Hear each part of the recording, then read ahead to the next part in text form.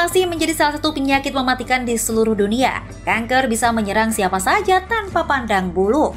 Kanker juga dapat menyerang bagian tubuh manapun tanpa terkecuali salah satunya adalah usus. Usus memiliki...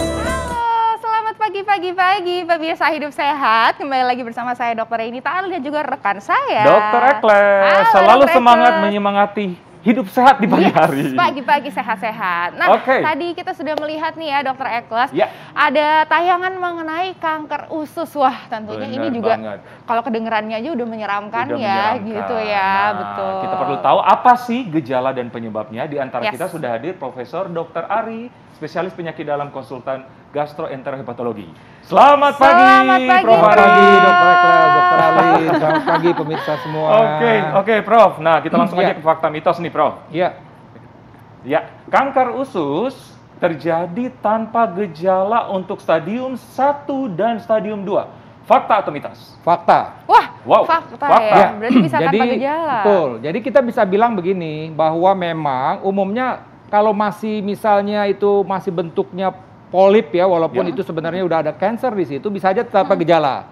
Baik. Tapi bisa juga dibalik. Artinya begini, kalau kebetulan memang bentuknya polip ya, awalnya polip yang besar, kemudian itu polipnya sudah oke lah, kemudian mungkin BAB-nya keras, dia sempat ada perdarahan. Nah, di situ kita lakukan kolonoskopi, bisa saja itu polipnya udah kelihatan tuh. Nah, itu bisa kita angkat gitu loh. Nah, itu gejalanya dari jadi sekali lagi memang ini yang harus kita waspadai, bahwa penyakit ini memang bisa saja di awal itu tanpa gejala seperti yang saya sebutkan tadi.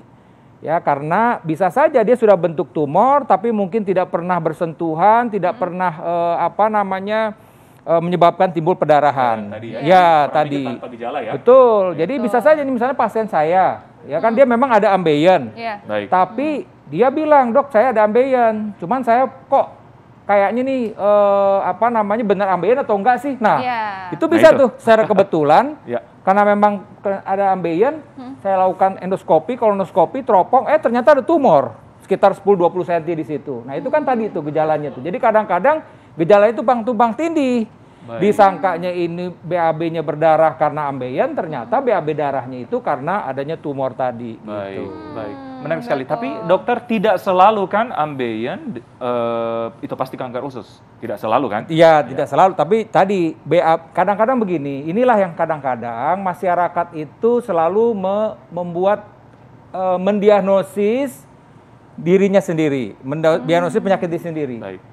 Saya buang air besar berdarah, ambeien gitu. Udah, jadi dianggap aja itu ambeien, tapi kok keluar-keluar terus. Nah, akhirnya ketika berat badannya sudah mulai turun, sudah mulai merasa tidak nyaman di perut bawahnya, baru mau berobat dan akhirnya dilakukan tindakan kolonoskopi baru ketahuan gitu. Berarti jangan menyepelekan gejala yang namanya buang air besarnya sulit ataupun yang namanya buang air besarnya berdarah, Prof ya.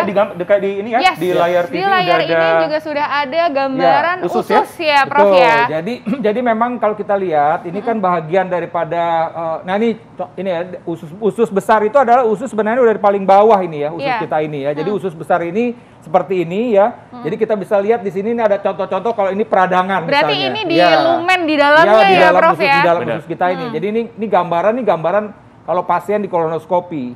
Makanya penting saya sampaikan ketika dokter, "Bu, Pak, ini mesti diteropong." Karena kalau diteropong, dokter bisa lihat langsung kondisi yang ada di dalam usus kita ini. Betul tadi itu.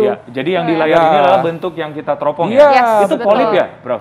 Ya, ini nampaknya gambar. Nah, ini polip nih. Nampaknya ini gambar polip ini ya. Prof, ya. Jadi polip seperti ini. Nah, jadi kalau misalnya dia baru seperti polip seperti gini, kita bisa tinggal potong aja tuh di sini tuh. Jadi nggak perlu dioperasi. Jadi ini bisa dipotong.